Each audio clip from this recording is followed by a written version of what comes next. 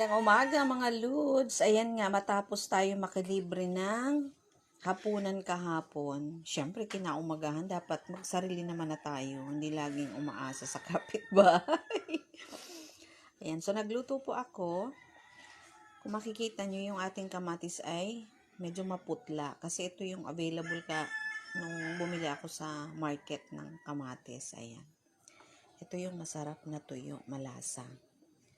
Tapos, meron tayong palaman dito sa ating, ayan, that is 8 tuna flakes.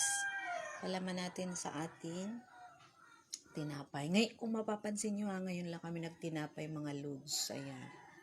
Tapos, meron kami ditong natira na yung nilagang baboy. Ayan, sayang naman. Sabi ko, kainin pa rin namin. Tapos, may natira pa kami na isang pinuso. Ayan, sarap yan ha. So, yan ang ating almusal today. Siyempre, alam nyo naman ang Pinoy. May may tinapay na siya, pero meron pa siyang kanin. Ayan.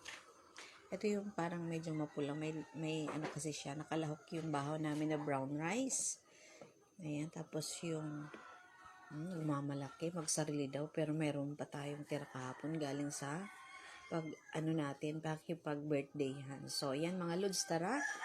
Kain na tayo ng ating breakfast. Sana po ang bawat pamilya ay meron na ng kani-kanilang almusal ngayong umaga. Mag-enjoy po tayong lahat.